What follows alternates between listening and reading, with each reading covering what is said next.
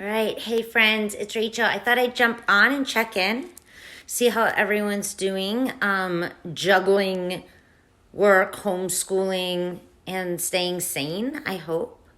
I thought I'd share a few tactics that I came up with a client the other day as we were talking about how to really juggle all of this as a mom that does work and needs to still work, needs to still help bring in income for her family. I am one of them, and I know many of you out there are too. I know years ago, if this had happened, I probably would have already lost my shit.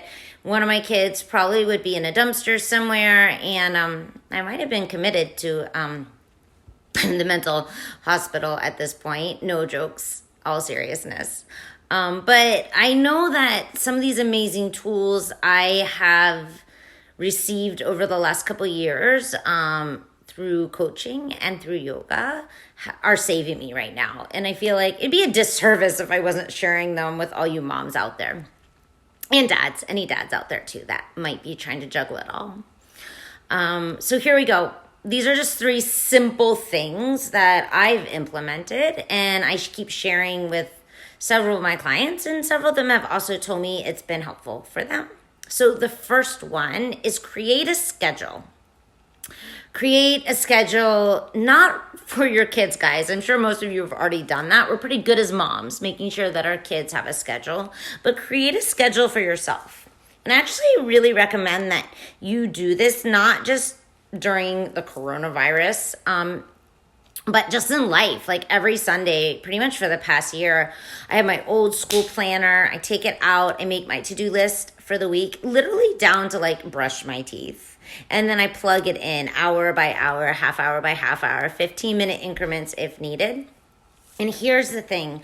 I recommend that first you put in all the things on your calendar that you need to do for you to stay sane. So for example, on my planner, the first thing is morning meditation and movement, because I need to do that or I'm going to go lose my bonkers on everyone. I get really angry when I'm stressed out.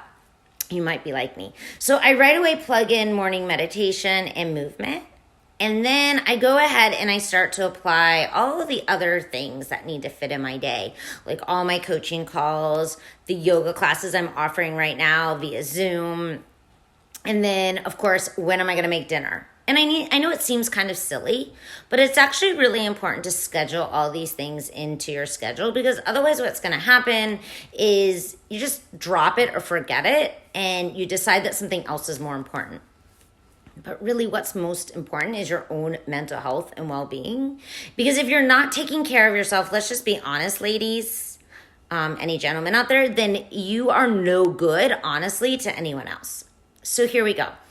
First in our steps, learn to manage your time for yourself, your well-being. Set in your calendar when you're going to take time to meditate or be still or to journal, whatever works for you. Pray. We all have our things, right? Set times in the day where you're going to have what I call mommy time, right? A break. And you have to, which we're going to get into step 2, you're going to have to explain what that is to your kids. We all need a break here and there. We can't go full on all day long. We'll crash. Okay, so you're going to take your schedule, plan it out for you, not just for your kids. That's step 1.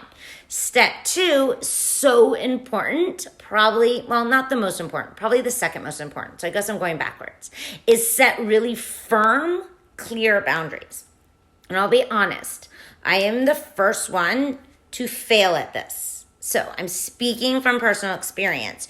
You have to set clear, kind, firm boundaries, but then here's the most important part. You've got to follow through. So there has to be consequences if someone doesn't do what's been asked. So for example, one of the rules in my house is that while I'm on the phone, then you can't talk to me. And I don't care what's happening, but you're just going to have to wait. And that means that you are going to have to either write on a little piece of paper if it's an emergency, or you're just going to have to wait, because if not, then the consequence is you're cleaning the toilets. Yeah, you're cleaning the toilets. I mean, like, I can take away screen time, but I'll be honest, in my house, if I take away screen time, that's like more of a punishment for me than it is on my kids. So decide what boundaries you want to set. Make sure that they're clear. Make sure they're specific, and make sure that your children are 100% aware of them. You can't just set them and just expect them to know it. Okay, let's just not even talk about our kids now. Okay, let's be real. Let's talk about our husbands too. Or your partner. You gotta set those boundaries with them. They're just like, my husband's like, you know, the sixth child because we have way too many children. Anyways, just kidding. There's no such thing as too many children. But yeah, you gotta have them set. You gotta have them clear. You gotta tell them to your kids, and you've gotta follow through. That's where I tend to fail, and that's where I recommend don't be like me. Follow through. Because if you don't follow through, here's the thing is, I used to not follow through. They don't listen to you. They don't take it seriously. And it's just backfiring. Okay, third step, guys, in keeping yourself sane right now when you're juggling everything. I think this is probably the most important one, is you've got to understand your triggers. You got to understand what sets you off. So, for example, for me, when I'm feeling stressed or agitated, I get really angry. Like, I'm quick for anger. Some people are quick for shutdown.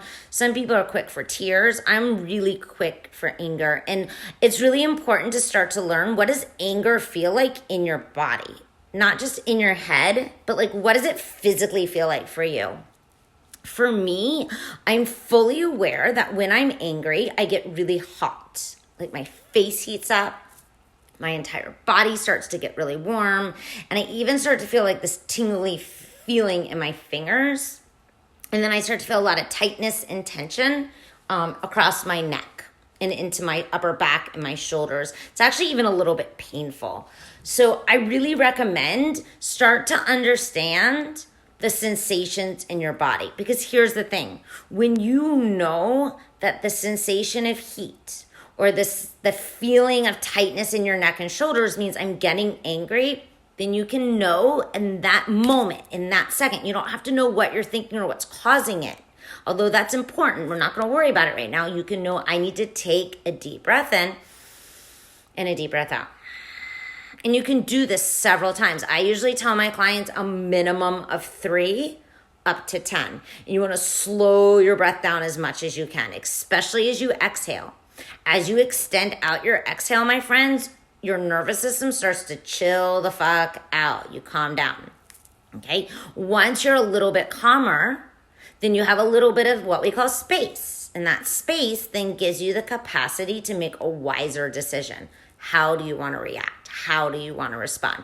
Are you going to respond yelling and screaming? Or do you want to stand in your 2 feet firm and speak what you want to say in a clear, concise way? So like everyone can hear, whether it's your kids or your husband, right? Or maybe everyone.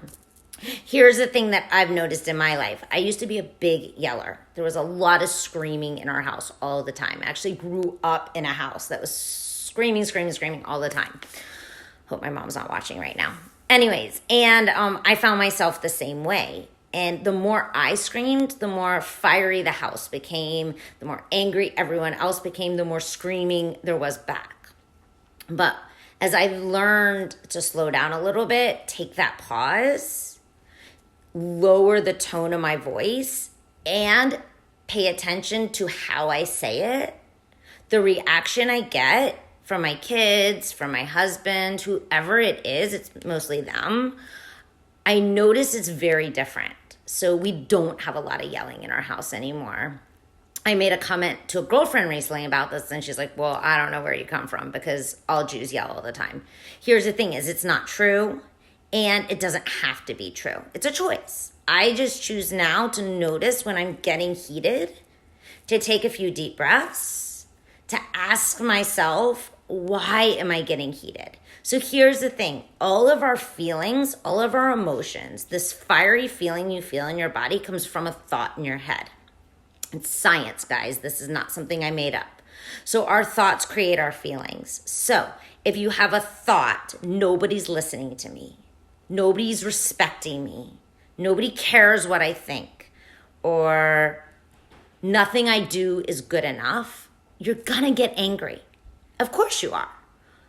But in a second, you can choose to think something different. You can choose to think, instead of nobody respects me, or nobody's listening to me, or nobody cares what I think, you can just choose to think they're kids. Or you can choose to think they're bored.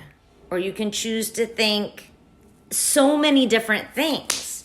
But if you don't give yourself that time and that space, then the only thing you're going to think is what you already think. Make sense?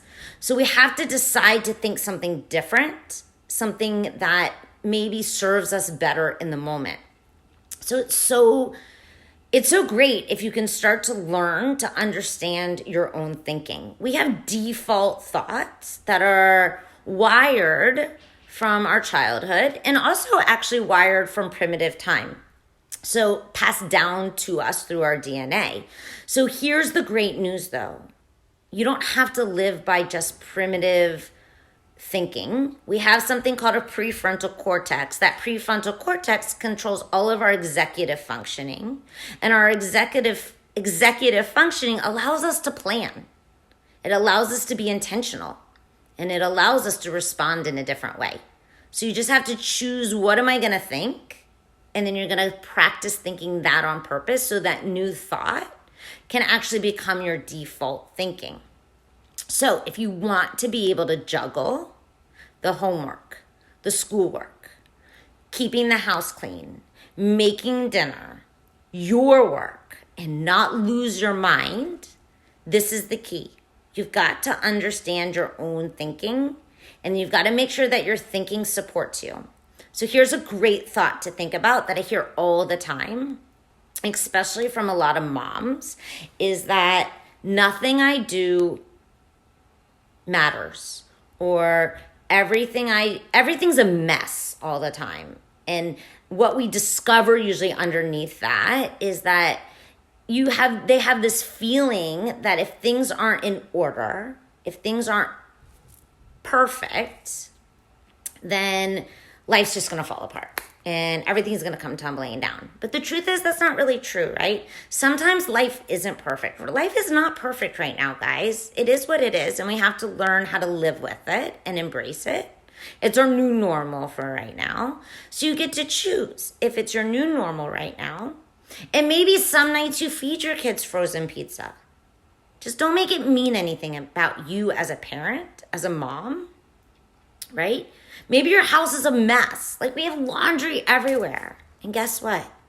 We're all still okay. It doesn't make me less of a person. You get to decide. You get to decide what makes you less than and what makes you better than. And I did recommend that you choose to start thinking things that are going to serve you. All right, so if we were to review real quickly, a few of you just jumped on. We're just talking about ways to juggle, being at home all day long with your kids, not losing your shit, and getting some work done. And step 1 is create a schedule for you, not just for your kids. Step 2 is make sure you set clear and specific boundaries with your children and with your husband. We consider our husbands, sorry, the men out there listening, they're a child too, in that way. Or with your wife, right?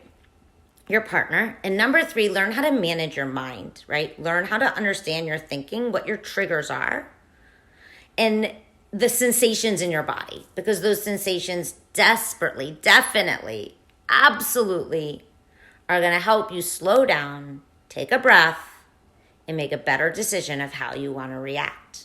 All right, friends, that's it for tonight. I hope it was helpful. And if you're struggling figuring out your own thoughts, which I know I did in the beginning, or you struggle with connecting to your body and feeling those emotions and really being able to describe them, reach out to me. It's very likely in just one-on-one call with me, which I always do the first one free as a consult, that we'll identify a lot of that. And in just one call, you could have a huge transformation. So you can DM me, you can shoot me an email. You can find me here on Facebook or on Instagram. And I hope you guys have a wonderful night and good luck the rest of the week. I don't even need to wish you luck. You got this. We've all got this. Let's stand strong together and all will be good. Have a nice night, my friends. Namaste.